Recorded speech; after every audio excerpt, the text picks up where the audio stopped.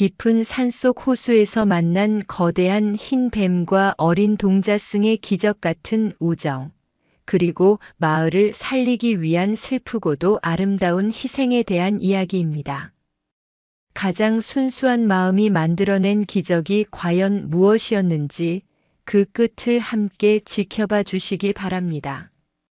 신비로운 이야기 속에서 따뜻한 감동과 깊은 깨달음을 느끼셨다면 구독과 좋아요로 함께 해주세요. 까마득한 옛날, 세상의 시름이 닿지 않는 깊은 산골짜기가 있었습니다. 그곳에는 하늘을 비추는 거울처럼 맑고 투명한 호수가 하나 자리하고 있었고, 그 호숫가 언덕 위에는 오랜 세월의 무게를 짊어진 낡은 절이 한 채 고요히 서 있었습니다. 절의 이름은 청안사, 맑고 편안한 눈으로 세상을 보라는 뜻을 담고 있었습니다. 청안사는 웅장하거나 화려하지 않았습니다. 비바람에 깎이고 세월의 발의 기둥의 붉은 칠은 거의 벗겨졌으며 지붕을 인 기와장 사이사이에는 푸른 이끼가 융단처럼 자라나 있었습니다. 하지만 그 모습은 낡고 초라하기보다 오히려 주변의 자연과 하나가 된 듯 편안하고 정겨운 기운을 풍겼습니다. 절 마당 한가운데에는 수령을 가늠하기 어려운 거대한 은행나무 한 그루가 든든하게 버티고 서서 사계절의 변화를 묵묵히 지켜보고 있었습니다. 이 고요한 절에 이제 갓 7살이 된 어린 동자승이 하나 있었습니다. 이름은 명진, 밝은 지혜라는 뜻이었지만 아이는 이름의 뜻을 헤아리기엔 너무나 어렸습니다. 명진은 태어나자마자 절 앞에 놓여있던 아이였습니다. 주지 스님은 갓난아기를 거두어 자식처럼 보살폈고 명진에게 절은 집이었으며 주지 스님은 아버지이자 스승이었습니다. 명진의 하루는 아주 일찍 시작되었습니다. 동쪽 산마루가 희미하게 밝아올 무렵 아이는 작은 몸을 일으켜 서툰 솜씨로 법복을 챙겨 입었습니다. 그리고는 밖으로 나가 차가운 샘물에 세수를 하고 조심스러운 걸음으로 대웅전으로 향했습니다. 커다란 법당 안 인자한 미소를 띤 부처님 앞에 앉아주지 스님과 함께 올리는 새벽 예불은 명진의 가장 중요한 일과였습니다. 아직 뜻도 모르는 경전 구절들을 낭낭한 목소리로 따라 읊다 보면 꾸벅꾸벅 졸음이 쏟아지기도 했지만 아이는 흐트러지지 않으려 작은 주먹을 꾹 쥐곤 했습니다. 예불이 끝나면 주지 스님과 함께 소박한 아침 공양을 했습니다. 밥 한 그릇, 나물 몇 가지, 그리고 구수한 된장국이 전부였지만 명진에게는 세상에서 가장 맛있는 음식이었습니다. 밥알 한 톨 남기지 않고 그릇을 깨끗이 비운 뒤에는 마당을 쓰는 시간이었습니다. 명진은 자신의 키보다 훨씬 큰 쌀이비로 넓은 마당을 구석구석 쓸었습니다. 밤새 떨어진 나뭇잎과 흙먼지를 쓸어내다 보면 아이의 이마에는 송골송골 땀이 맺혔습니다. 명진아, 힘들지 않느냐? 주지 스님이 툇마루에 앉아 부드러운 목소리로 묻곤 했습니다. 그러면 명진은 환하게 웃으며 대답했습니다. 아닙니다, 스님. 마당이 깨끗해지면 제 마음도 같이 깨끗해지는 것 같아 즐겁습니다.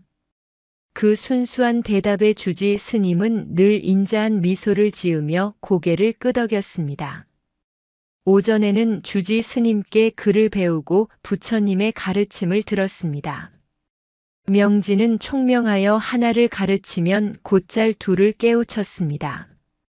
하지만 아이가 가장 좋아하는 시간은 오후의 자유시간이었습니다. 명진은 절 주변에 온 자연을 자신의 벗으로 삼았습니다. 절 뒤편의 대나무 숲에 들어가 죽순이 쑥쑥 자라는 소리에 귀를 기울이기도 하고 산길을 따라 피어난 이름 모를 들꽃들에게 말을 걸기도 했습니다. 예, 아가야.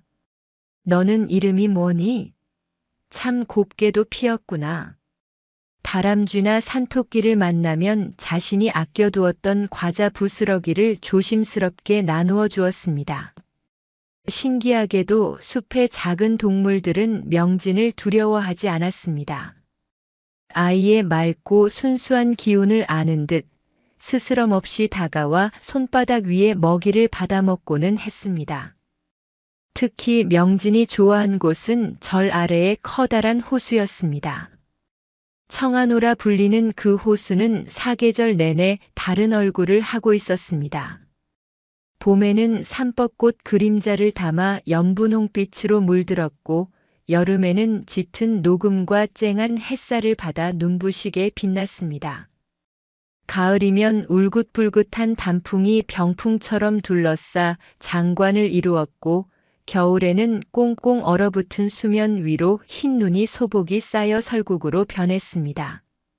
명진은 호숫가에 가만히 앉아 물결이 이는 모습을 하염없이 바라보는 것을 좋아했습니다. 바람이 불면 물결은 잔잔하게 웃었고, 비가 오면 수많은 동그라미를 그리며 속삭였습니다. 아이는 그 모든 것이 살아있는 생명의 숨결처럼 느껴졌습니다. 오늘도 평안하구나. 물속은 답답하지 않니? 아이는 호수를 향해 말을 걸었습니다. 마치 오랜 친구에게 안부를 묻는 것처럼 다정했습니다.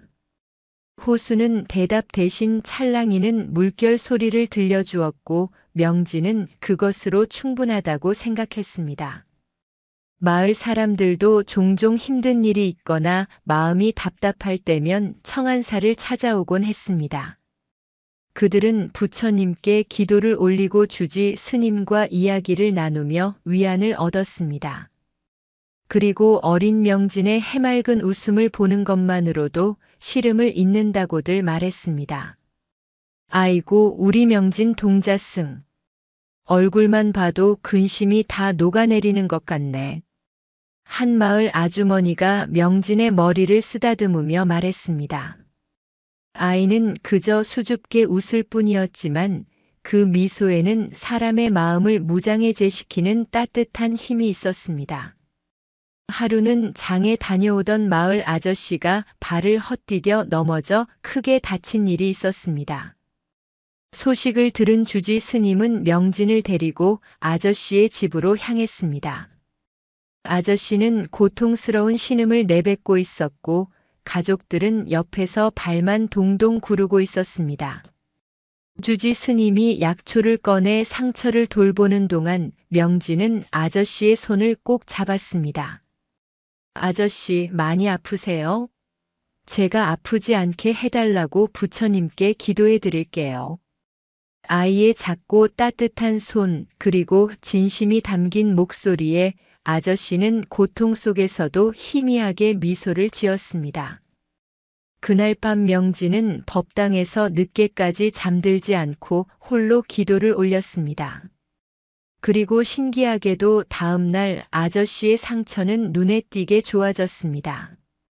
마을 사람들은 모두 명진의 착한 마음씨 덕분이라며 칭찬을 아끼지 않았습니다. 이처럼 명진은 절 안의 작은 세상에서 사랑과 평화, 그리고 자연의 순리를 배우며 자라나고 있었습니다.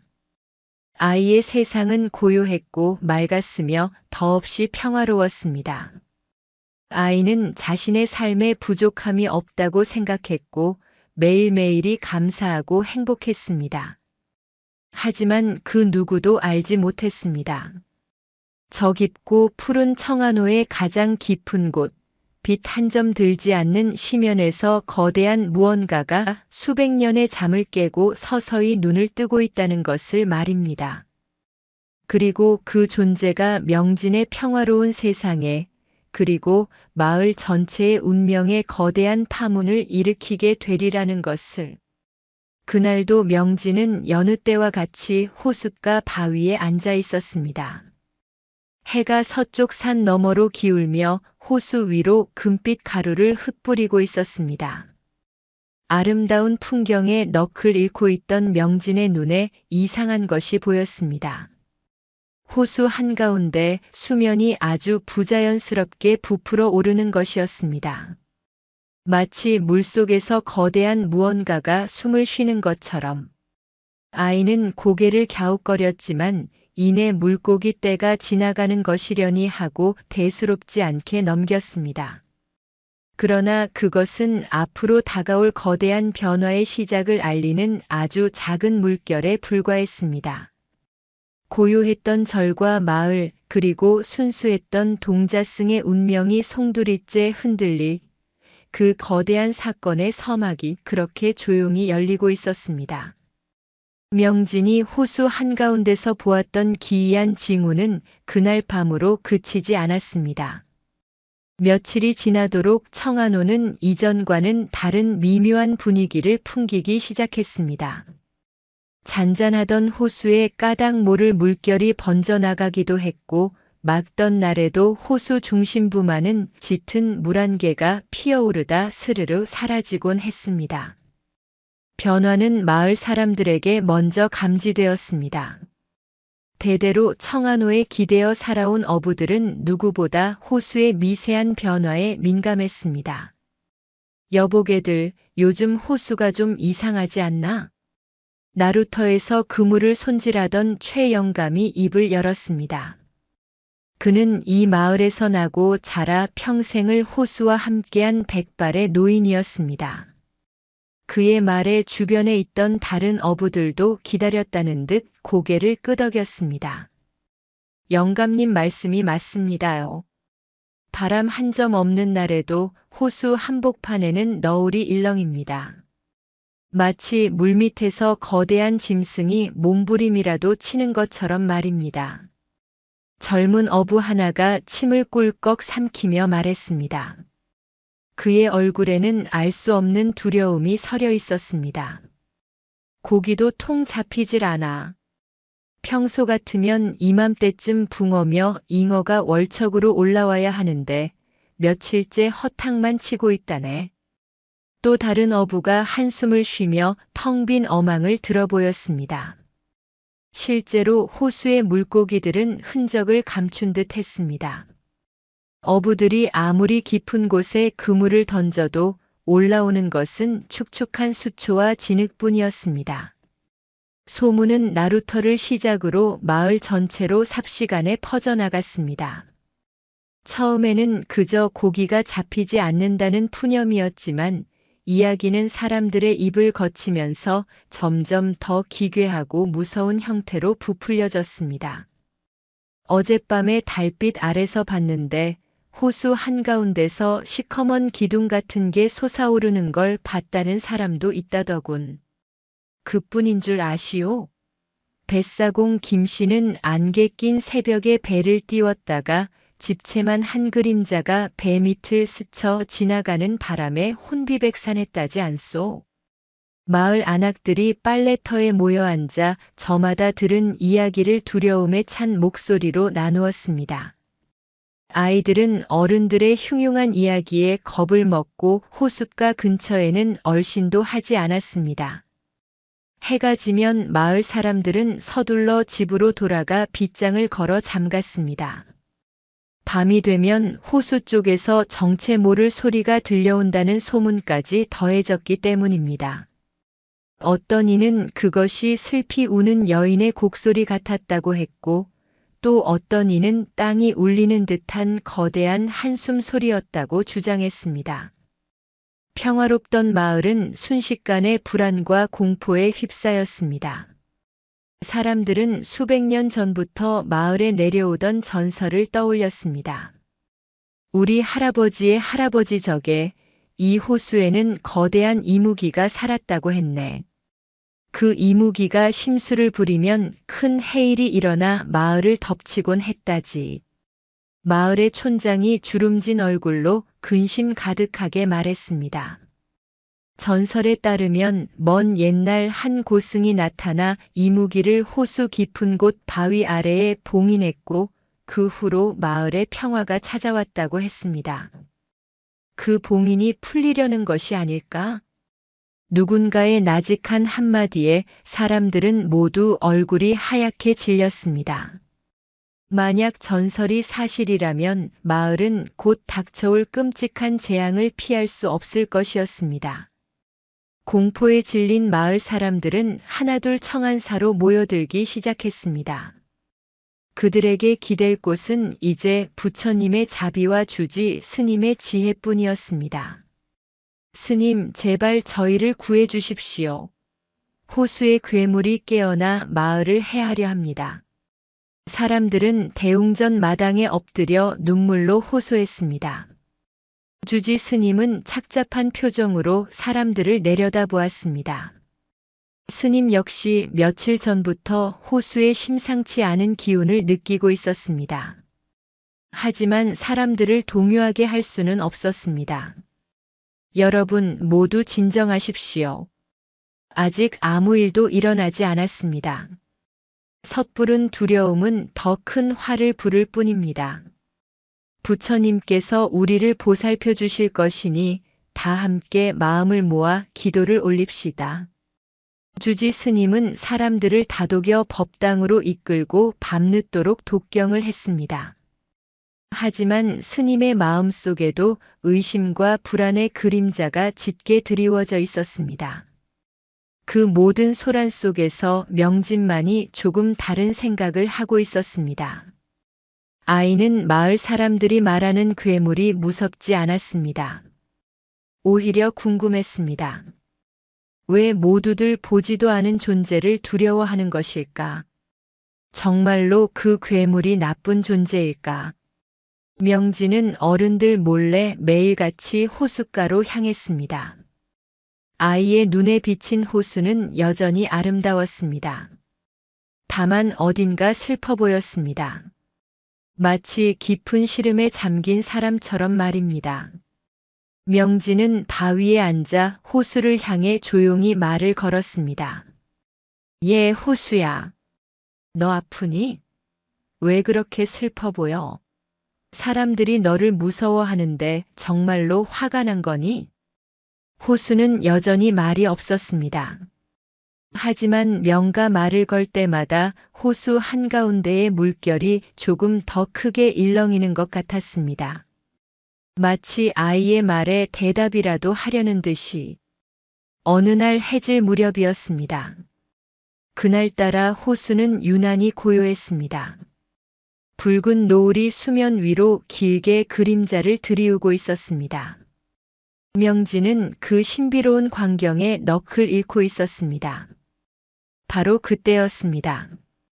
호수 한가운데 수면이 거울처럼 갈라지며 무언가 서서히 솟아오르기 시작했습니다. 처음에는 작은 바위섬인가 싶었지만 그것은 점점 더 커졌습니다. 검고 미끄러운 표면 그리고 물 위로 드러난 부분만 해도 작은 초가집 한 채는 좋게 될 법한 거대한 크기. 마을 사람들이 보았다면 기겁을 하고 도망쳤을 광경이었습니다. 하지만 명진은 도망치지 않았습니다. 아이는 자리에 못 박힌 듯 서서 그 광경을 똑똑히 지켜보았습니다. 두려움보다는 경이로움이 앞섰습니다. 물 위로 솟아오른 그것은 거대한 생명체의 일부처럼 보였습니다. 잠시 후 그것은 다시 천천히 물속으로 가라앉았습니다. 언제 그런 일이 있었냐는 듯 호수는 다시 평온을 되찾았습니다. 명진은 그날 밤 잠을 이룰 수 없었습니다. 낮에 보았던 광경이 눈앞에 어른거렸습니다. 그것은 분명 살아있는 존재였습니다. 그리고 어쩐지 그 존재가 자신을 부르는 것 같은 기분이 들었습니다. 슬프고 외로운 목소리로 도와달라고 애원하는 것처럼 느껴졌습니다. 다음 날 명진은 큰 결심을 했습니다. 주지 스님과 마을 사람들 몰래 호수의 존재를 직접 만나보기로 한 것입니다. 아이는 부엌에서 작은 나무 함지를 하나 꺼내 들었습니다. 그리고는 자신의 공양으로 나온 떡과 과일을 그 안에 소중하게 담았습니다. 분명 배가 고플 거야. 이걸 가져다 주면 기뻐하겠지. 명진은 작은 몸으로 함지를 끌고 나루터로 향했습니다. 마침 아무도 없는 틈을 타 아이는 낡은 조각배 하나에 조심스럽게 올라탔습니다. 노를 젓는 법을 제대로 배운 적은 없었지만 그동안 어깨 너머로 보아온 기억을 더듬어 힘껏 노를 젓기 시작했습니다. 작은 배는 아이의 서툰 노질에 이리저리 비틀거리며 느릿느릿 호수 한가운데를 향해 나아갔습니다. 주변은 고요했습니다. 들리는 것이라고는 물을 가르는 첨벙거리는 소리와 명진 자신의 가쁜 숨소리뿐이었습니다. 얼마나 나아갔을까 마침내 배는 호수 중심부에 다다랐습니다. 명진은 노를 놓고 주변을 둘러보았습니다. 사방이 온통 푸른 물뿐이었습니다. 무튼 아득하게 멀어 보였습니다. 조금 무서운 마음이 들었지만 명진은 용기를 냈습니다. 저기요.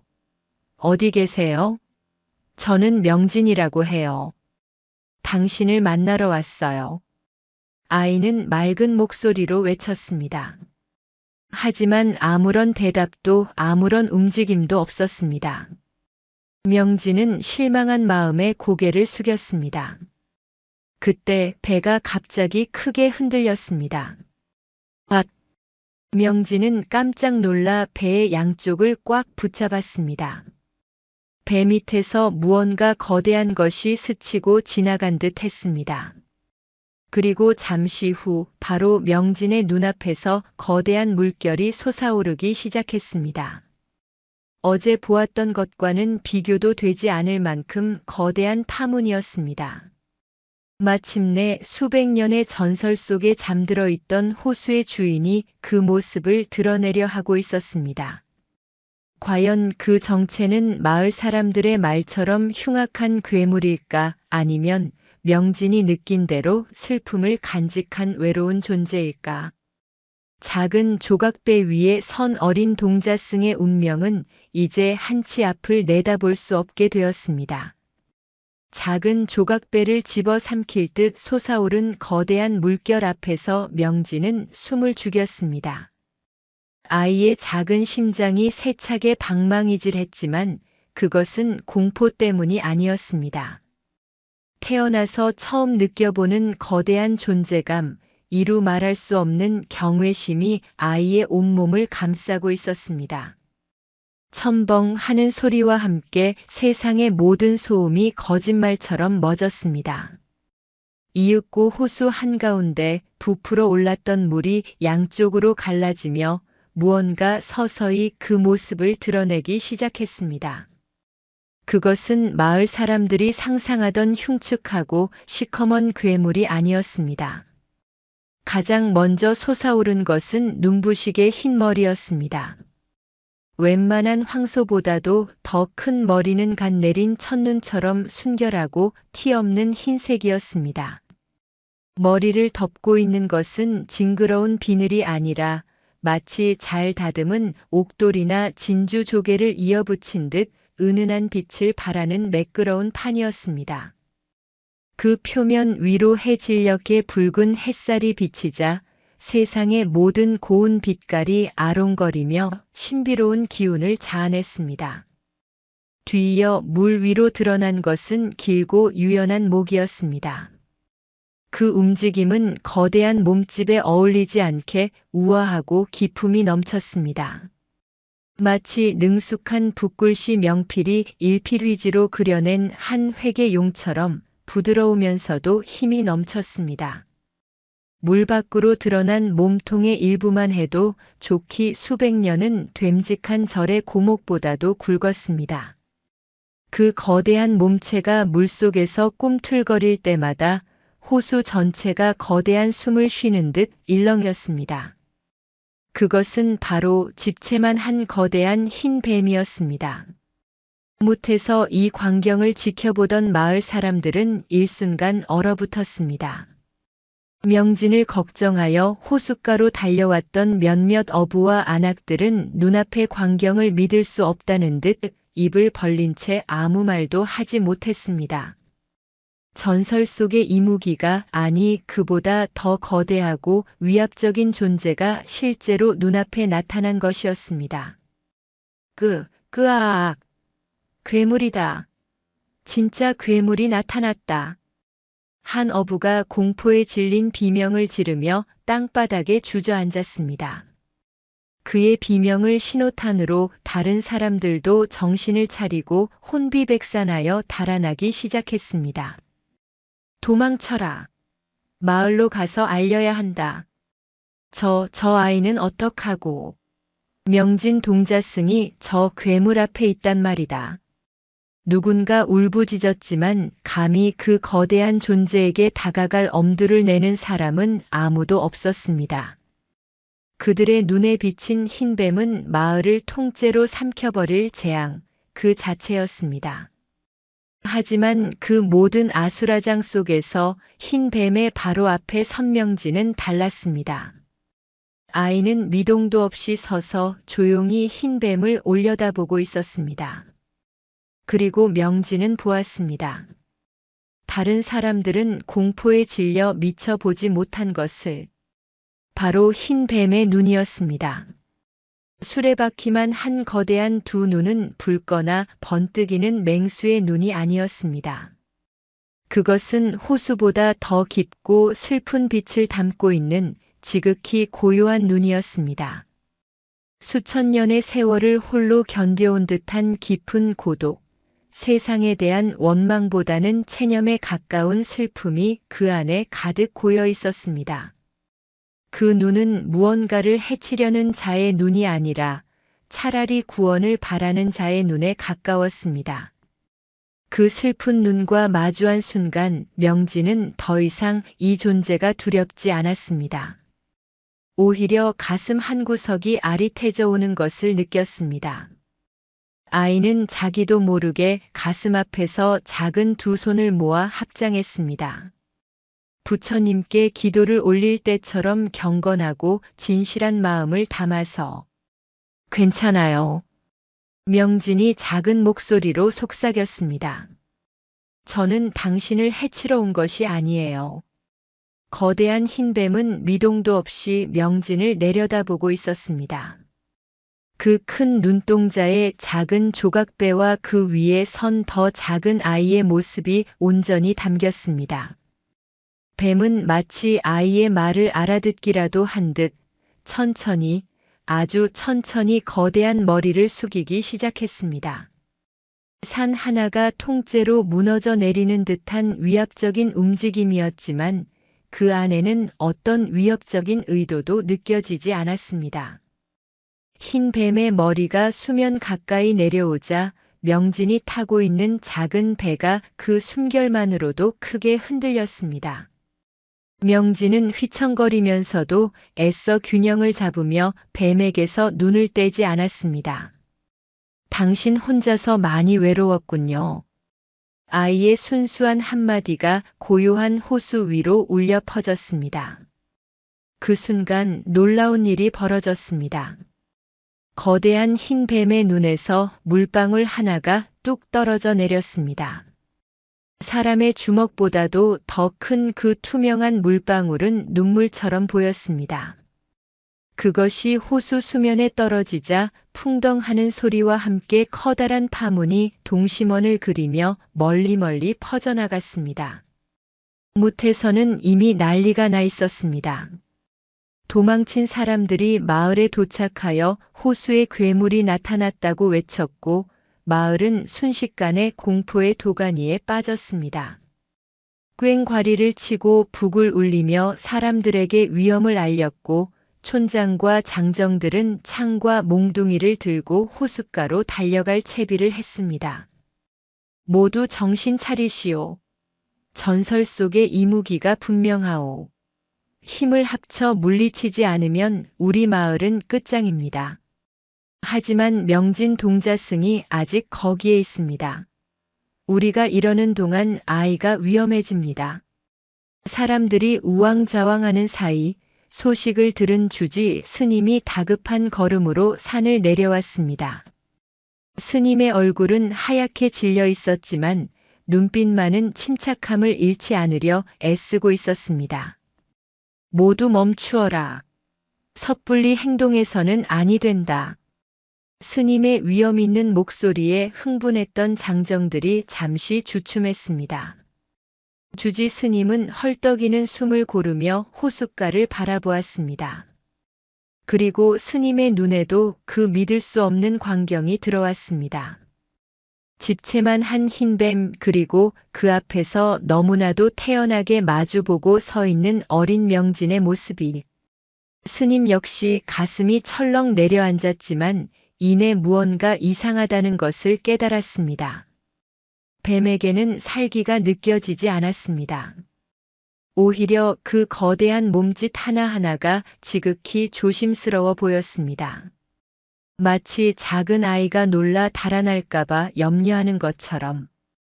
호수 위 명진은 두려움을 완전히 잊었습니다.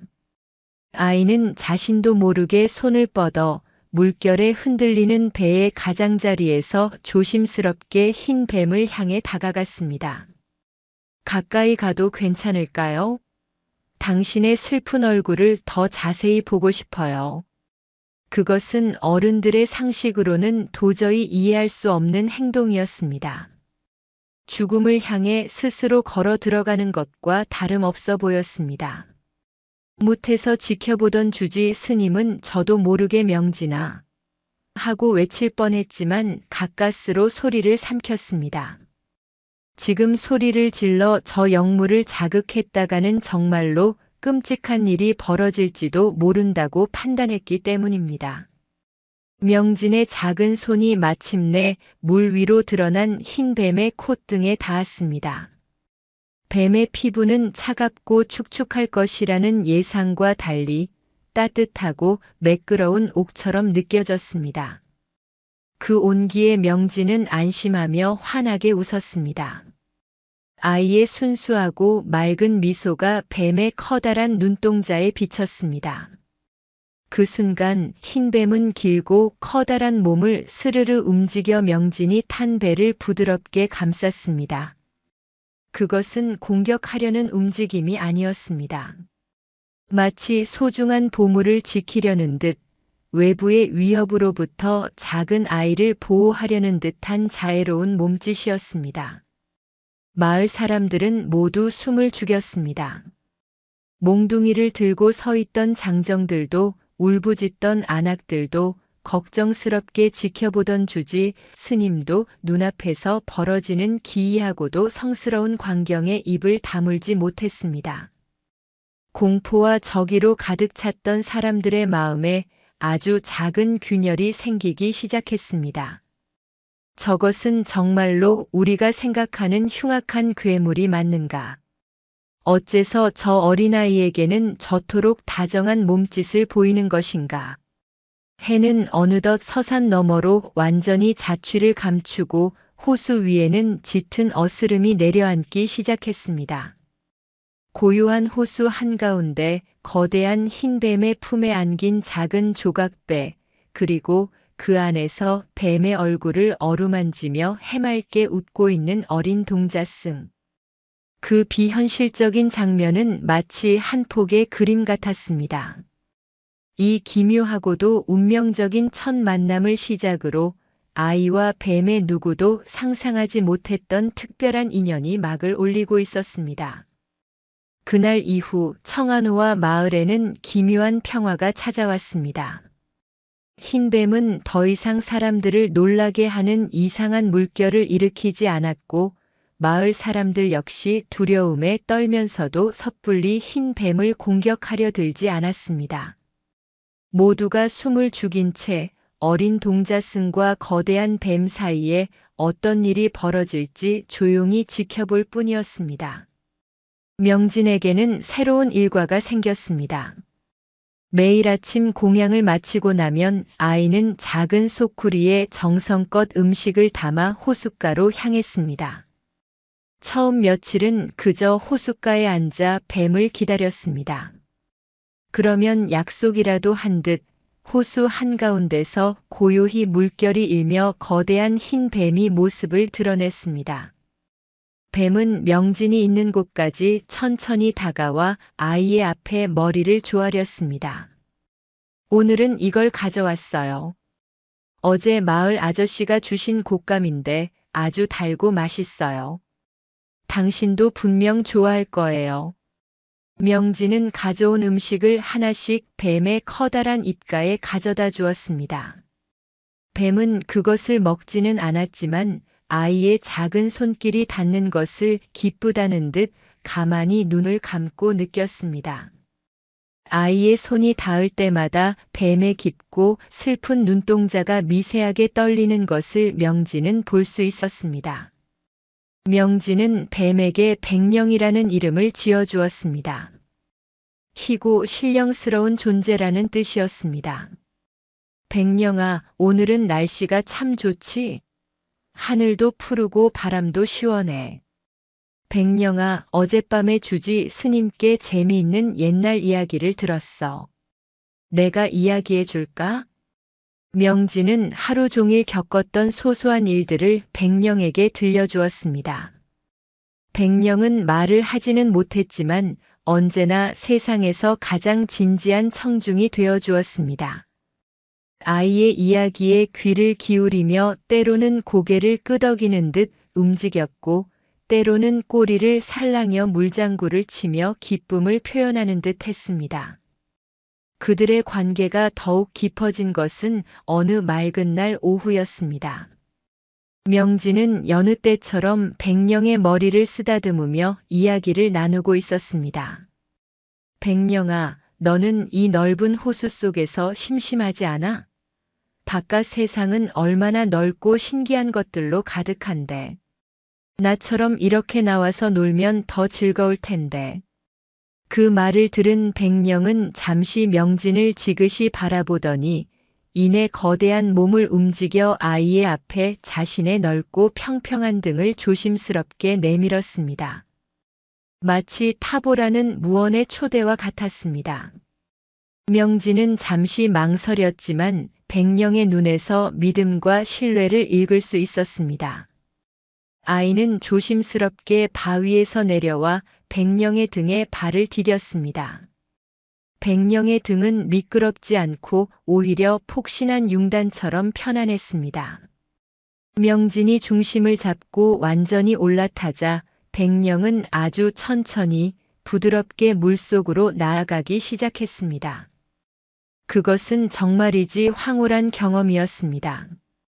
명진은 마치 구름 위를 떠다니는 신선이 된 기분이었습니다.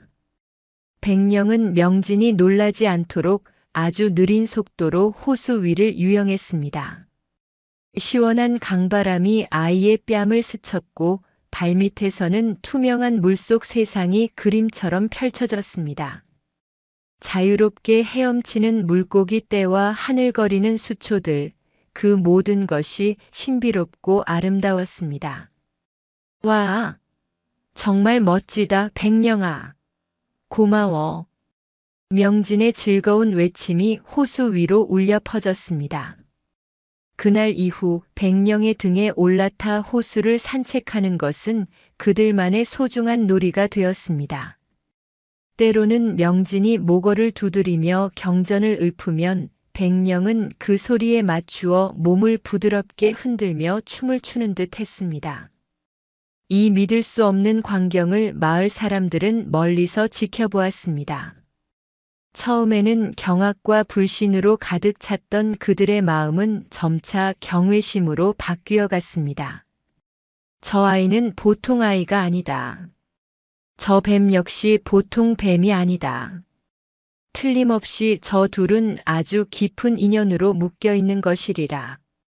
저 아이는 분명 부처님이 보내신 동자일 거야. 그러지 않고서야 어찌 저 무서운 영물을 저리도 순하게 다룰 수 있겠는가. 저 흰 뱀도 우리를 해치려는 괴물이 아니라 실은 이 호수를 지키는 수호신이 아닐까? 그동안 우리가 오해했던 것이지. 사람들의 수군거림은 더 이상 공포가 아닌 경의와 존경을 담고 있었습니다. 명진의 순수한 마음이 거대한 뱀의 마음을 열었듯 그들의 기묘한 우정은 두려움에 잠식되었던 마을 사람들의 마음까지 서서히 열고 있었습니다. 주지 스님 역시 더 이상 명진을 말리지 않았습니다. 스님은 매일같이 명진과 백령이 어울려 노는 모습을 툇마루에 앉아 조용히 지켜보았습니다. 그리고 마침내 깨달았습니다.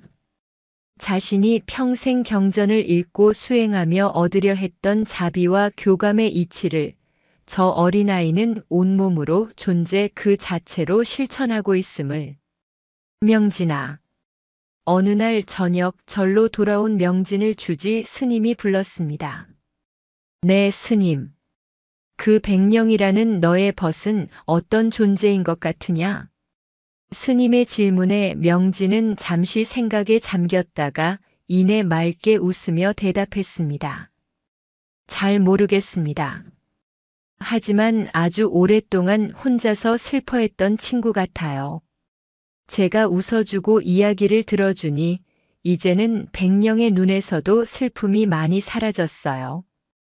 두렵지는 않으냐? 저리도 거대한 몸을 가진 존재가. 전혀요. 백령이는 저를 한 번도 무섭게 한 적이 없는걸요. 세상에서 가장 다정하고 착한 친구입니다.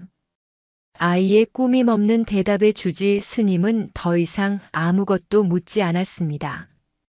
그저 아이의 머리를 따뜻하게 쓰다듬어 줄 뿐이었습니다. 눈에 보이는 형상이나 세상의 편견에 얽매이지 않고 존재의 본질을 꿰뚫어 보는 맑은 마음. 어쩌면 그것이 바로 부처의 마음일지도 모른다고 스님은 생각했습니다. 그렇게 시간은 평화롭게 흘러갔습니다. 명진은 백령과 함께 웃고 이야기하고 호수 위를 떠다녔습니다. 백령은 명진 덕분에 수백 년의 고독과 슬픔에서 벗어나 따뜻한 우정을 나누는 기쁨을 알게 되었습니다. 마을 사람들은 더 이상 호수를 두려워하지 않았고 오히려 호숫가에 나와 명진과 백령이 함께하는 모습을 보며 흐뭇한 미소를 짓기도 했습니다. 마치 한 편의 동화처럼 모든 것이 평화롭고 아름다웠습니다. 하지만 운명의 수레바퀴는 언제까지나 그들을 평화 속에 머물게 내버려 두지 않았습니다. 행복의 시간이 깊어질수록 그들을 기다리는 시련의 그림자 또한 더욱 짙어지고 있었습니다.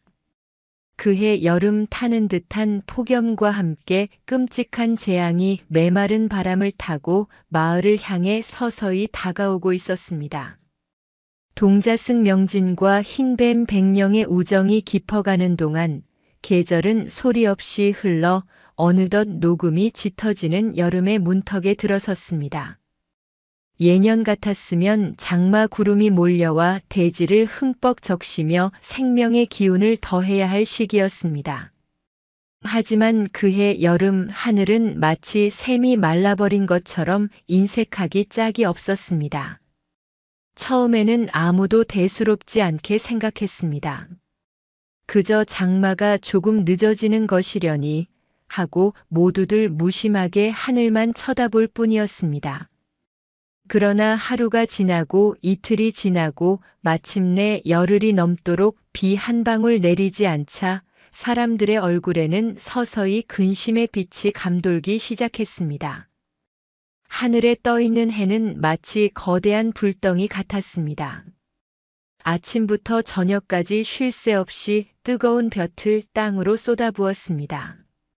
그 맹렬한 기세에 푸르렀던 논의 어린 벼들은 누렇게 뜨기 시작했고 밭에 심은 채소들은 고개를 떨군 채 타들어갔습니다. 생명의 젖줄이었던 마을의 작은 시냇물은 졸졸거리던 소리를 멈추고 바닥의 조약돌을 앙상하게 드러냈습니다. 시간이 흐를수록 상황은 더욱 심각해졌습니다. 한 달이 넘도록 비가 오지 않자 땅은 거북이 등처럼 쩍쩍 갈라졌습니다. 사람이 한 걸음 내디딜 때마다 희뿌연 흙먼지가 풀썩 일어나 입과 코를 막았습니다. 마을의 공동 우물은 수위가 눈에 띄게 낮아져 이제는 안악들이 새벽부터 길게 줄을 서야 겨우 한 동이의 흙탕물을 길어 올릴 수 있었습니다. 마을을 감싸던 활기는 온데간데 없이 사라졌습니다. 아이들의 웃음소리가 끊겼고 어른들의 얼굴에서는 미소가 지워졌습니다. 사람들은 저마다 그늘에 웅크리고 앉아 원망스럽게 하늘만 쳐다볼 뿐이었습니다. 물 한 모금을 가지고 이웃 간의 날카로운 언쟁이 오가기도 했고, 밤이 되면 어딘가에서 굶주린 가축의 애처로운 울음소리가 들려왔습니다. 죽음의 그림자가 메마른 가뭄이라는 이름으로 마을 전체를 서서히 옥죄 오고 있었습니다. 이 끔찍한 가뭄은 청한호라고 해서 피해갈 수 없었습니다. 그 넓고 깊던 호수는 매일같이 그 거대한 몸집을 줄여나갔습니다. 물이 빠져나간 호숫가는 넓은 갯벌처럼 변해 말라붙은 수초들과 껍데기만 남은 조개들이 흉측하게 널려 있었습니다. 물의 양이 줄어들면서 수온은 뜨겁게 달아올랐고 수많은 물고기들이 허연 배를 드러낸 채 수면 위로 떠올랐습니다. 명진의 마음도 타들어가기는 마찬가지였습니다. 아이는 매일같이 호숫가로 나갔지만 예전처럼 백령과 함께 즐거운 시간을 보낼 수는 없었습니다. 백령 역시 가뭄의 고통을 온몸으로 겪고 있었습니다. 예전처럼 활기차게 헤엄치던 모습은 사라지고 대부분의 시간을 호수 깊은 곳에 웅크린 채 미동도 하지 않았습니다. 가끔 명진을 만나러 모습을 드러낼 때도 그 움직임은 눈에 띄게 둔하고 힘겨워 보였습니다. 은은한 빛을 발하던 옷 같은 피부는 푸석해졌고 깊은 슬픔을 담고 있던 눈동자는 더욱 흐려져 있었습니다. 백령아, 힘을 내. 비가 올 거야. 곧 시원한 비가 내려서 다시 예전처럼 될 거야. 명진은 백령의 머리를 쓰다듬으며 위로했지만 아이의 목소리에도 힘이 없었습니다. 자신의 말이 공허한 약속에 불과하다는 것을 알고 있었기 때문입니다. 백령은 그저 힘없이 눈을 깜빡이며 명진의 작은 손길을 느낄 뿐이었습니다. 마을의 상황은 날이 갈수록 최악으로 치달았습니다. 마실 물조차 구하기 어려워지자 알아눕는 노인과 아이들이 생겨나기 시작했습니다. 더 이상 희망이 보이지 않는다고 느낀 몇몇 사람들은 정든 고향을 등지고 살 길을 찾아 떠나기도 했습니다. 마침내 절망의 끝에 내몰린 마을 사람들은 마지막 지푸라기라도 잡는 심정으로 청안사를 찾아왔습니다. 촌장을 필두로 수십 명의 마을 사람들이 퀭한 얼굴로 절마당에 무릎을 꿇었습니다. 그들의 행색은 남루했고 표정에는 깊은 절망이 새겨져 있었습니다. 주지 스님, 그리고 명진 동자승, 제발 저희 불쌍한 백성들을 살려주십시오. 촌장이 갈라진 목소리로 애원하며 이마가 땅에 닿도록 머리를 조아렸습니다. 그의 뒤를 따라 모든 마을 사람이 소리 없이 엎드렸습니다. 주지 스님은 침통한 표정으로 그들을 내려다보았습니다. 스님 역시 매일 밤 부처님께 비를 내려주시길 간절히 기도했지만 하늘은 묵묵부답이었습니다. 모두 일어나시오. 이 무슨 어찌할 도리가 없는 천재지변 앞에 노승이 무슨 힘이 있겠소. 스님의 힘없는 말에 촌장이 비장하게 고개를 들었습니다. 아닙니다, 스님. 저희에게는 마지막 희망이 있습니다. 바로 호수의 신령님, 백령님이십니다. 그 말에 주지 스님과 명진의 얼굴이 굳어졌습니다. 마을 사람들은 어느새 백령을 호수의 신, 비를 내릴 수 있는 능력을 가진 영물로 굳게 믿고 있었습니다. 명진 동자승만이 백령님과 마음을 통할 수 있지 않습니까? 제발 동자승께서 백령님께 저희의 사정을 아뢰어 주십시오. 비를 내려 이 죽어가는 마을을 구원해 달라고 제발 간청해 주십시오. 맞습니다. 이대로 가다가는 모두 굶어 죽고 말 것입니다. 여기저기서 울음 섞인 호소가 터져 나왔습니다. 그들은 이제 명진을 어린아이가 아닌 마을의 운명을 짊어진 유일한 희망으로 바라보고 있었습니다. 수십 개의 절박한 눈동자가 일제히 명진에게로 향했습니다. 아이는 그 엄청난 무게감에 숨이 막히는 것 같았습니다. 내가 어떻게... 명진의 마음은 혼란스러웠습니다. 마을 사람들의 고통을 누구보다 잘 알고 있었습니다. 메말라가는 논과 밭, 굶주리는 사람들, 알아눕는 아이들, 그 모든 것을 보며 아이의 마음도 찢어질 듯 아팠습니다. 하지만 백령은 비를 내리게 하는 신이 아니었습니다.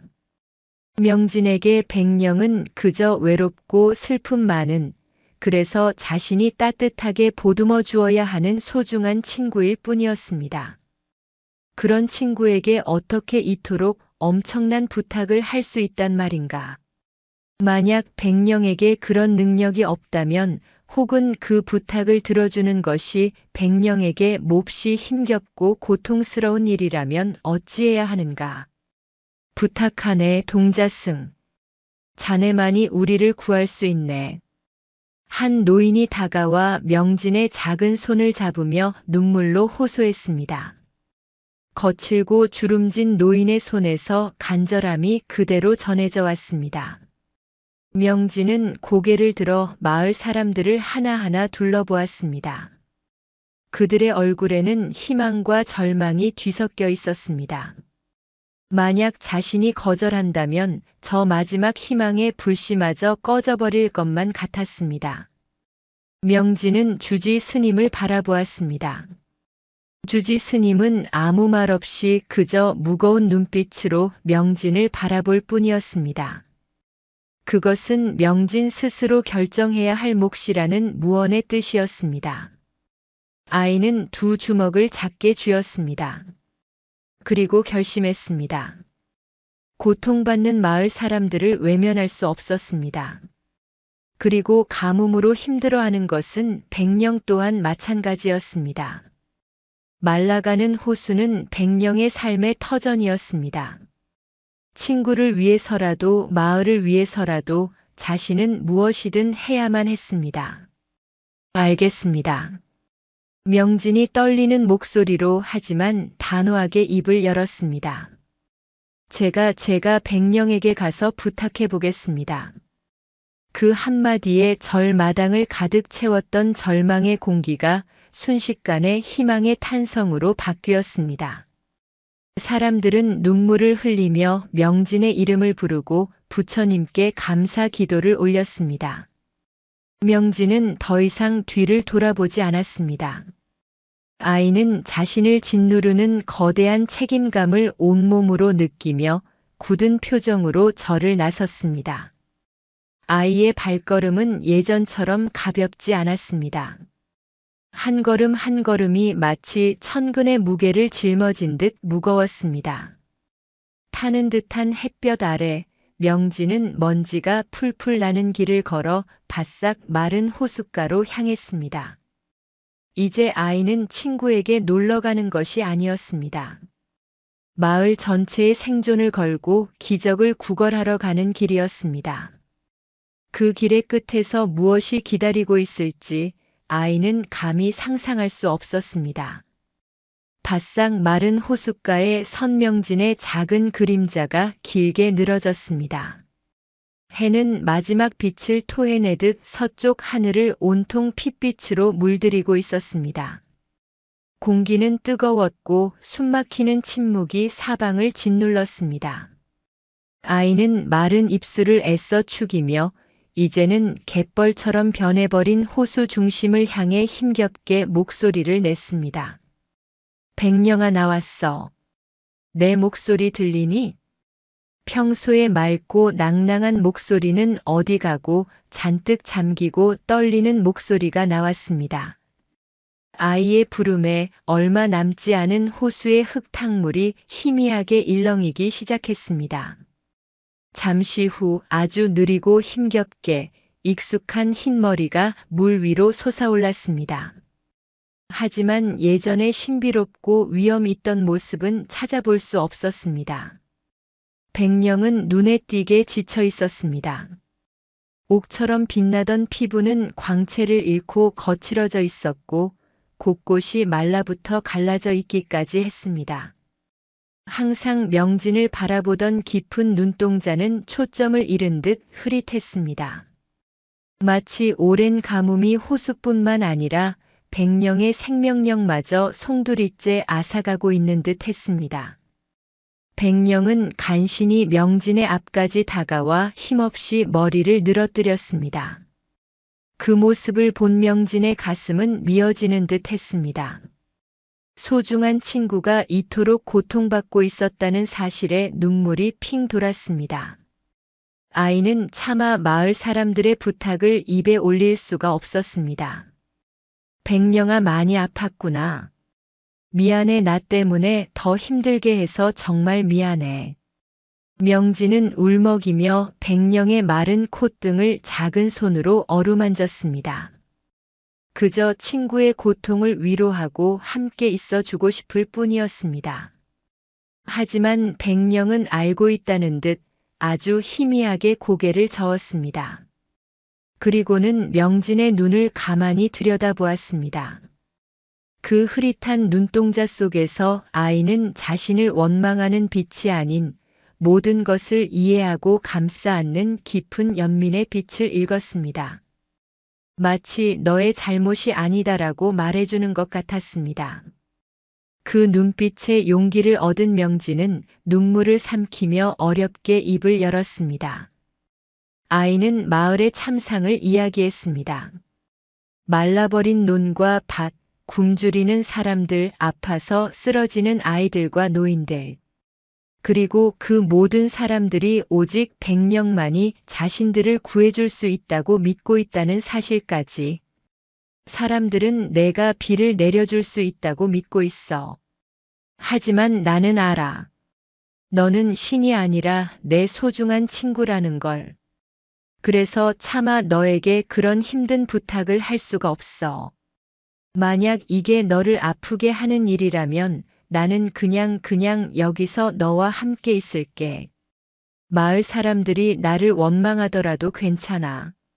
명진의 진심 어린 고백에 백령은 한동안 말이 없었습니다. 그저 눈을 감고 아이의 작은 손길을 느낄 뿐이었습니다. 잠시 후 백령은 천천히 눈을 떴습니다. 그리고 명진을 한번 보고 저 멀리 희미하게 불빛이 새어나오는 마을 쪽을 한번 보고 마지막으로 붉은 노을이 불타는 텅 빈 하늘을 한번 올려다보았습니다. 그 눈에는 더 이상 슬픔이나 고통의 빛이 아니었습니다. 모든 것을 초월한 듯한 어떤 결연한 의지가 담겨 있었습니다. 백령은 명진의 뺨에 자신의 커다란 머리를 부드럽게 한번 비볐습니다. 그것은 따뜻한 위로이자 고맙다는 인사였고, 그리고 마지막 작별 인사였습니다. 그리고는 아주 천천히 하지만 분명하게 고개를 위아래로 한번 끄덕였습니다. 그것은 명진의 부탁을 들어주겠다는 명백한 약속이었습니다. 명진은 그 뜻을 알아차리고 소스라치게 놀랐습니다. 아니야, 백령아. 괜찮아. 그렇게 하지 않아도 돼. 내가 잘못했어. 아이가 다급하게 외쳤지만 백령은 이미 결심을 굳힌 뒤였습니다. 백령은 명진에게서 몸을 돌려 호수 한가운데로 향했습니다. 그리고 남은 힘을 모두 끌어모으는 듯 길고 낮은 울음소리를 냈습니다. 그것은 마치 땅의 가장 깊은 곳에서부터 울려 퍼지는 듯한 장엄하고도 슬픈 소리였습니다. 그 소리와 함께 백령은 거대한 몸을 꽈리처럼 틀기 시작했습니다. 얼마 남지 않은 호수의 물이 거세게 소용돌이 쳤습니다. 명진은 본능적인 두려움과 불길함에 외쳤습니다. 백령아, 안 돼. 제발 돌아와. 하지만 아이의 애원은 닿지 않았습니다. 백령은 마지막으로 명진을 향해 고개를 돌려 그 깊은 눈에 아이의 모습을 온전히 새겨 넣었습니다. 그리고는 한치의 망설임도 없이 거대한 몸을 물속으로 던졌습니다. 첨벙하는 거대한 소리와 함께 백령의 모습은 흙탕물 속으로 완전히 사라졌습니다. 바로 그 순간이었습니다. 거짓말처럼 하늘이 변하기 시작했습니다. 핏빛으로 타오르던 서쪽 하늘부터 검은 먹구름이 피어오르더니 눈 깜짝할 사이에 온 하늘을 뒤덮었습니다. 뜨겁던 공기는 순식간에 차갑고 축축하게 변했고 섬뜩한 바람이 울부짖으며 마른 흙먼지를 일으켰습니다. 우르르 쾅! 하늘이 쪼개지는 듯한 천둥 소리와 함께 번개가 어두운 하늘을 길게 갈랐습니다. 그리고 마침내 기다리고 기다리던 것이 떨어지기 시작했습니다. 툭! 명진의 이마 위로 차가운 물방울 하나가 떨어졌습니다. 이어서 볼 위로 손등 위로. 하나둘 떨어지기 시작한 빗방울은 어느새 굵은 장대비가 되어온 세상을 향해 쏟아져 내렸습니다. 메마른 대지가 오랜 갈증을 풀 듯 쏴아 하는 소리를 내며 빗물을 삼켰습니다. 마을 사람들은 기적 같은 비에 환호하며 거리로 뛰쳐나왔습니다. 하지만 호숫가에 홀로 서 있는 명진은 웃을 수 없었습니다. 아이는 쏟아지는 폭우 속에서 친구가 사라진 검은 호수 수면을 망연자실하게 바라볼 뿐이었습니다. 기적은 시작되었지만 그 기적의 대가가 무엇인지 어렴풋이 느끼고 있었기 때문입니다. 심장이 찢어지는 듯한 상실감이 아이의 작은 온몸을 휘감았습니다. 하늘의 구멍이라도 뚫린 듯 비는 꼬박 사흘 밤낮을 쉬지 않고 내렸습니다. 가뭄에 대한 하늘의 분노와 슬픔을 한꺼번에 쏟아내는 듯한 폭우였습니다. 마을은 온통 축제 분위기였습니다. 사람들은 쏟아지는 비를 온몸으로 맞으며 춤을 추고 노래를 불렀습니다. 아이들은 첨벙거리며 물장구를 쳤고 어른들은 서로를 부둥켜 안고 기쁨의 눈물을 흘렸습니다. 신령님께서 우리를 살리셨다. 백령님께서 비를 내려주셨어. 마을은 백령을 칭송하는 소리로 가득 찼고 집집마다 음식을 차려 하늘과 호수를 향해 감사 인사를 올렸습니다. 하지만 이 모든 환희 속에서 명진만이 홀로 슬픔에 잠겨 있었습니다. 아이는 비가 시작된 첫날부터 꼼짝도 않고 호숫가 바위에 앉아 있었습니다. 쏟아지는 비에 흠뻑 젖어 온몸이 덜덜 떨렸지만 아이의 눈은 오직 친구가 사라진 호수만을 향해 있었습니다. 명진에게 그 비는 생명의 단비가 아니라 친구의 슬픈 눈물처럼 느껴졌습니다. 주지 스님이 몇 번이나 아이를 데리러 왔지만 명진은 요지부동이었습니다. 기나긴 비가 그치고 나흘째 되던 날 아침 세상은 완전히 다른 모습으로 깨어났습니다. 언제 가뭄이 있었냐는 듯 세상은 온통 생명의 물로 가득 차 있었습니다. 시냇물은 다시 힘찬 소리를 내며 흘렀고 우물은 맑은 물로 가득 찼습니다. 논과 밭은 물을 흠뻑 머금어 짙은 흙냄새를 풍겼고 시들었던 풀과 나무들은 밤사이에 다시 생기를 되찾은 듯 파릇파릇했습니다. 무엇보다 청안호는 예전의 깊고 푸른 모습을 되찾았습니다. 가득 찬 물이 햇살을 받아 은빛으로 반짝이는 모습은 평화롭기 그지없었습니다. 마을 사람들은 다시 농기구를 챙겨 들고 밭으로 나갔고 마을에는 다시 활기가 넘쳤습니다. 그러나 명진의 마음속 가뭄은 이제 시작이었습니다. 비가 그치자마자 아이는 곧장 호숫가로 달려갔습니다. 그리고 애타는 목소리로 친구를 불렀습니다. 백령아, 이제 나와도 괜찮아. 비가 그쳤어. 아빠, 호수도 다시 이렇게 넓어졌잖아.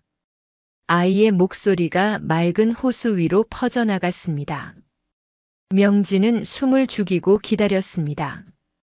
예전처럼 저 멀리서 물결이 일며 다정한 친구가 모습을 드러내주기를.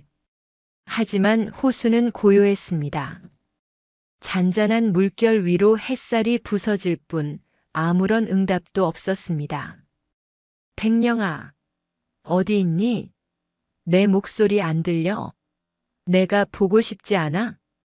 명진은 목이 쉬도록 친구의 이름을 불렀습니다. 하지만 대답 없는 메아리만이 되돌아올 뿐이었습니다. 그날부터 명진의 기다림이 시작되었습니다. 아이는 해가 뜨면 호숫가로 나가 해가 질 때까지 하염없이 호수만 바라보았습니다. 마을 사람들이 고맙다며 가져다 주는 맛있는 음식도 마다하고 주지 스님의 걱정 어린 말에도 그저 고개만 저을 뿐이었습니다. 신령님께서 큰 힘을 쓰셨으니 깊은 곳에서 긴 잠을 주무시고 계신 걸 게다.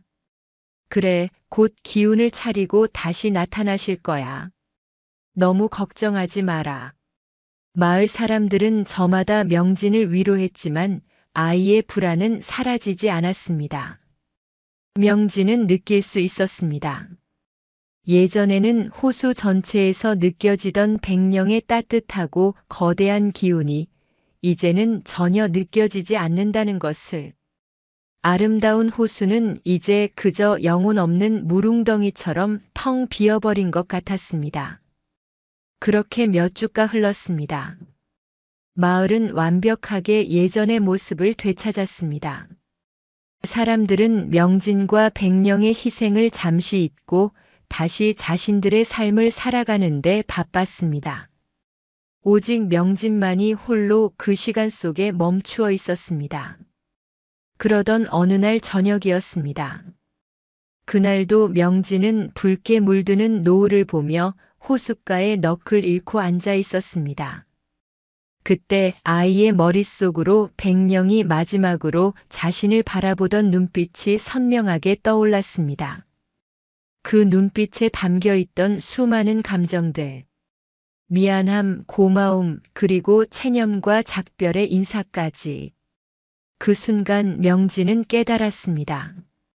백령은 잠을 자고 있는 것이 아니었습니다. 돌아오지 않는 것이 아니라 돌아올 수 없는 것이었습니다. 그 비는 백령이 가진 마법이나 능력이 아니었습니다. 마을을 살리기 위해 친구인 자신과의 약속을 지키기 위해 백령은 자신의 모든 생명력, 자신의 존재 자체를 녹여 비를 만들어냈던 것입니다. 친구는 영원히 사라져버린 것이었습니다. 그 끔찍하고도 서러운 진실이 파도처럼 밀려오자 명진은 더 이상 소리내어 울 수도 없었습니다. 그저 뜨거운 눈물 한 방울이 아이의 헬쑥해진 뺨을 타고 툭 하고 말없이 떨어져 내렸습니다.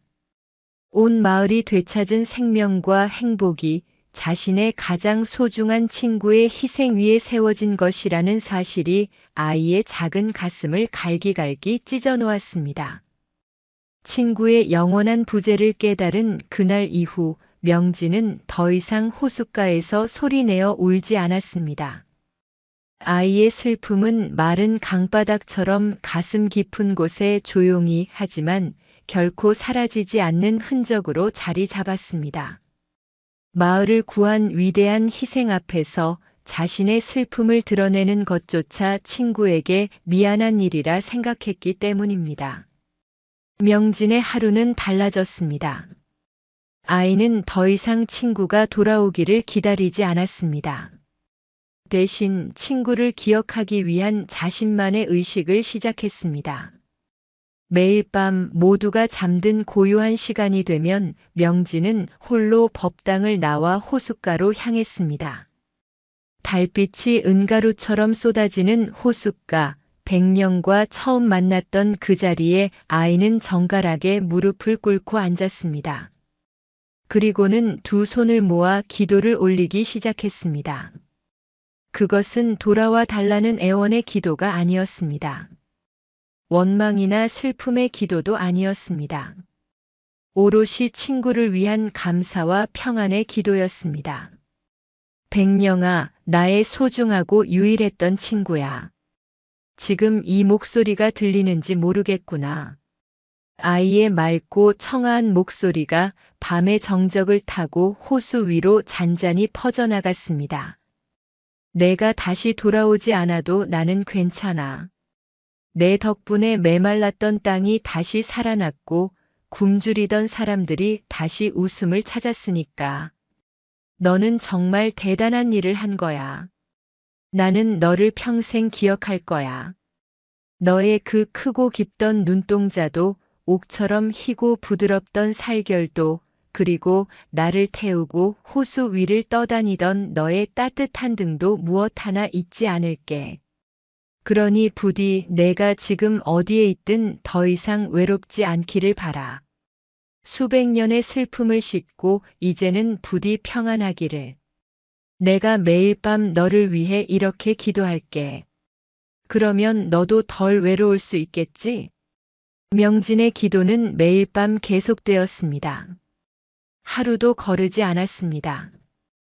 비가 오는 날에는 비를 맞으며 눈이 오는 날에는 차가운 눈 위에 무릎을 꿇고 기도를 올렸습니다. 아이의 진심 어린 기도 소리는 바람을 타고 멀리 퍼져나갔고 잠 못 이루던 마을 사람들의 귓가에도 가끔씩 그 소리가 닿곤 했습니다. 주지 스님은 그런 명진을 그저 묵묵히 지켜볼 뿐이었습니다. 처음에는 아이가 슬픔에 잠겨 몸이라도 상할까 걱정했지만 이내 그것이 아님을 깨달았습니다. 명진은 슬픔에 갇힌 것이 아니었습니다. 오히려 그 슬픔을 가장 성숙하고 아름다운 방식으로 승화시키고 있었습니다. 아이는 희생의 진정한 의미를 깨닫고 그 은혜를 잊지 않는 것이야말로 남은 자의 가장 중요한 도리임을 온몸으로 실천하고 있었습니다. 어느 겨울밤 주지 스님은 두툼한 소못을 들고 호숫가로 나갔습니다. 아니나 다를까 명진은 꽁꽁 얼어붙은 호숫가에 홀로 앉아 기도를 올리고 있었습니다. 아이의 입에서는 하얀 입김이 새어나왔고 작은 어깨는 추위에 미세하게 떨리고 있었습니다. 명진아. 스님의 부름에 명진이 기도를 멈추고 돌아보았습니다. 이제 그만하면 되었다. 너의 친구도 너의 그 마음을 충분히 알았을 것이다. 이만 들어가 쉬거라. 이러다 큰 병이라도 얻으면 어찌하려고 그러느냐. 스님의 걱정 어린 말에 명진은 희미하게 미소를 지었습니다. 스님 괜찮습니다. 저는 슬퍼서 이러는 것이 아닙니다. 이것이 제가 제 친구를 위해 할 수 있는 유일한 일인걸요. 이렇게라도 하지 않으면 백령이가 받은 은혜에 비해 제 마음이 너무나 하찮게 느껴집니다. 이것은 제 슬픔이 아니라 저의 약속입니다. 어린아이의 입에서 나온 말이라고는 믿기지 않을 정도로 깊은 대답에 주지 스님은 더 이상 아무 말도 할 수 없었습니다. 스님은 그저 아이의 어깨에 소못을 덮어주고 한동안 그 옆에 말없이 함께 앉아 있다가 조용히 절로 돌아왔습니다. 그날 밤 스님은 법당에서 생각했습니다. 자신은 평생을 수행해도 닿지 못할 경지를 저 아이는 이미 마음으로 체득하고 있구나. 시간이 흐르면서 명진의 밤 기도는 청한사의 일부가 되었습니다. 아이의 기도 소리는 호수의 밤을 지키는 자장가처럼 슬프지만 따뜻하게 울려 퍼졌습니다. 그리고 그 기도는 명진이 어엿한 청년 스님으로 자랄 때까지 단 하루도 멈추지 않았습니다. 세월은 흐르는 물과 같았습니다. 봄이 가고 여름이 오기를 수십 번 명진의 작은 어깨는 넓어졌고 앳된 목소리는 깊어졌습니다. 어느덧 동자승이라 불리던 아이는 지혜와 자비가 가득한 늠름한 청년 스님이 되었습니다. 그리고 주지 스님이 노환으로 세상을 떠난 후 명진은 그 뒤를 이어 청안사의 새로운 주지가 되었습니다. 주지 스님이 된 후에도 명진의 밤 기도는 멈추지 않았습니다. 하지만 이제는 기도만 올리지 않았습니다. 그는 매일 아침 호숫가를 거닐며 반들반들하고 예쁜 돌을 하나씩 주워 모았습니다. 그리고는 백령과 늘 만나던 그 자리에 정성을 다해 돌을 하나씩 쌓아 올리기 시작했습니다. 그것은 단순한 돌멩이가 아니었습니다. 돌 하나에는 친구에 대한 그리움이 담겨 있었고 또 다른 돌 하나에는 마을을 구해준 것에 대한 감사가 담겨 있었습니다. 또 다른 돌에는 부디 평안하기를 바라는 기도가 담겨 있었습니다. 그렇게 수십 년의 세월 동안 명진의 기억과 기도가 담긴 돌탑은 비바람을 맞으며 조용히 그리고 단단하게 높아져만 갔습니다. 마을 사람들은 수십 년이 지나도록 변치 않는 명진 스님의 모습을 보며 깊은 감동을 받았습니다. 명진 스님이 쌓아 올리는 돌탑은 이제 스님 개인의 추모를 넘어 마을 전체의 성스러운 상징이 되어가고 있었습니다. 어린 시절 그 기적을 직접 보았던 노인들은 손주들의 손을 잡고 호숫가로 와 돌탑을 가리키며 예시하기를 들려주었습니다. 얘야, 저 탑이 보이느냐? 저 탑은 우리 마을을 구한 수호신 흰뱀 백령님을 기리기 위한 것이란다. 아주 먼 옛날 우리 명진 큰 스님께서 어린 동자승이셨을 때 그분과 백령님은 둘도 없는 친구였지. 이야기는 아이들의 입으로 또 그 아이들의 입으로 전해졌습니다. 한 소년의 슬프고 아름다운 우정 이야기는 어느새 마을에 사라지지 않는 전설이 되었습니다. 사람들은 이제 백령을 그저 흰뱀이라 부르지 않았습니다. 존경과 감사를 담아 백령신이라 불렀습니다. 그러던 어느 날부터인가 마을 사람들도 명진 스님을 따라 하기 시작했습니다. 호숫가를 지날 때면 저마다 작은 돌멩이 하나를 주워 스님의 돌탑 옆에 조심스럽게 쌓아 올렸습니다. 백령신이시여, 올 한 해도 풍년이 들게 해주십시오. 우리 아이 아프지 않게 보살펴 주십시오. 돌멩이 하나하나에 저마다의 소박한 소원을 담아서 그렇게 하나의 돌탑 옆으로 수백, 수천 개의 작은 돌탑들이 생겨났습니다. 호숫가의 한편은 이제 크고 작은 돌탑들로 가득 찬 신성한 공간이 되었습니다. 명진 스님이 시작한 한 사람의 기억은 이제 마을 사람 모두의 믿음이자 전설이 되어 그곳에 영원히 뿌리내리게 된 것이었습니다. 시간은 더 흘러 이제 명진 스님도 백발이 성성한 노승이 되었습니다. 허리는 구부정해졌고 걸음은 느려졌지만 스님은 여전히 매일 아침 돌탑을 찾아와 친구에게 인사를 건넸습니다. 돌탑에 낀 이끼를 정성스레 닦아내고 주변에 핀 들꽃을 꺾어 바치는 것이 노스님의 마지막 남은 중요한 일과였습니다. 돌탑은 이제 노스님의 평생이었습니다.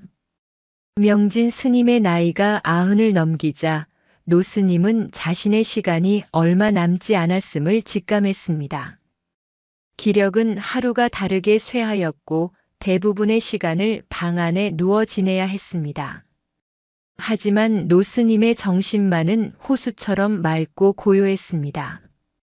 그러던 어느 가을날 저녁이었습니다. 그날따라 서쪽 하늘은 유난히 붉고 아름다운 노을로 불타고 있었습니다. 마치 수십 년 전 백령이 마지막 결심을 하던 그날의 하늘처럼 방 안에 누워 창밖을 바라보던 노스님은 힘겹게 몸을 일으켰습니다. 나를 호숫가로 데려다 주지 않겠느냐. 옆을 지키던 젊은 제자 스님의 부축을 받아 노스님은 아주 느린 걸음으로 마지막 힘을 다해 호숫가로 향했습니다. 평생을 오갔던 그 길은 이제 너무나 멀고 험하게 느껴졌습니다.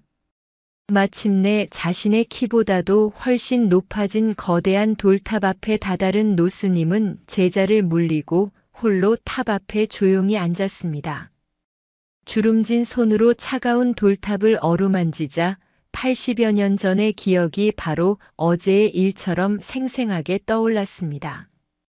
처음 만났을 때의 경이로움, 등을 타고 호수 위를 누비던 즐거움, 그리고 친구를 떠나보내야 했던 그날의 아픔까지. 길고 길었던 그리움의 세월이 주마등처럼 스쳐 지나갔습니다. 노스님은 이제 소리내어 기도하지 않았습니다. 그저 눈을 감고 마음으로 마지막 작별 인사를 건넸습니다. 백령아, 나의 영원한 친구야. 이제 나도 너를 만나러 갈 시간이 된 것 같구나. 평생 너를 잊지 않고 기억하려 했는데 잘한 것인지 모르겠다. 덕분에 나는 외롭지 않았다. 고맙다, 정말 고마웠다, 친구야. 노스님의 눈가에서 마른 눈물 한 방울이 흘러내렸습니다. 바로 그때였습니다. 해가 산 너머로 완전히 모습을 감추자 기적이 일어났습니다. 고요하던 호수 한가운데서부터 밝지만 눈부시지 않은 온화하고 부드러운 빛이 피어오르기 시작했습니다. 그 신비로운 광경에 일을 마치고 집으로 돌아가던 마을 사람들도 모두 걸음을 멈추고 숨을 죽였습니다. 빛은 점점 더 커지더니 이내 하나의 거대한 형상을 만들어냈습니다. 그것은 바로 늠름하고 아름다운 거대한 흰뱀, 백령의 모습이었습니다. 상처 하나 없이 맑고 깨끗한 가장 건강했던 시절의 모습 그대로였습니다. 그리고 사람들은 분명히 보았습니다. 그 거대한 백령의 등 뒤로 해맑게 웃고 있는 7살 어린 동자승의 모습 또한 함께 어른거리고 있는 것을. 돌탑 앞에 앉아있던 명진 노스님은 천천히 눈을 떴습니다. 그리고 호수 위에 그 환영을 보았습니다. 노스님의 깊게 팬 주름 사이로 어린아이처럼 순수한 미소가 번졌습니다. 그것은 평생의 그리움이 마침내 보상받는 완전한 평화의 미소였습니다. 노스님은 희미하게 손을 들어 저 멀리 보이는 친구와 자기 자신의 어린 시절을 향해 마지막 인사를 건넸습니다. 그리고 그 손이 힘없이 툭 떨어지는 순간 노스님은 미소를 머금은 채 조용히 숨을 거두었습니다. 호수 위의 환영은 노을의 마지막 빛이 사라짐과 함께 서서히 옅어져 갔습니다. 하지만 그날 저녁 그 광경을 목격한 모든 마을 사람들의 마음속에는 그 장면이 영원히 지워지지 않는 그림처럼 깊이 새겨졌습니다. 한 소년과 흰뱀의 인연은 그렇게 육신을 넘어 시간을 넘어 마침내 영원한 전설의 마지막 페이지를 장식했습니다. 진실한 마음으로 맺어진 인연은 눈에 보이지 않아도 영원히 이어집니다. 진정한 희생은 사라지는 것이 아니라 다른 이들의 삶 속에 남아 영원히 기억됩니다. 가장 순수한 마음은 세상의 그 어떤 두려움도 넘어설 수 있는 가장 큰 용기입니다. 누군가를 잊지 않고 기억해 주는 것만으로도 그 존재는 우리 곁에서 영원히 살아 숨쉽니다. 말로 다 할 수 없는 깊은 슬픔일지라도 감사하는 마음으로 승화시킬 때 비로소 우리는 앞으로 나아갈 수 있습니다.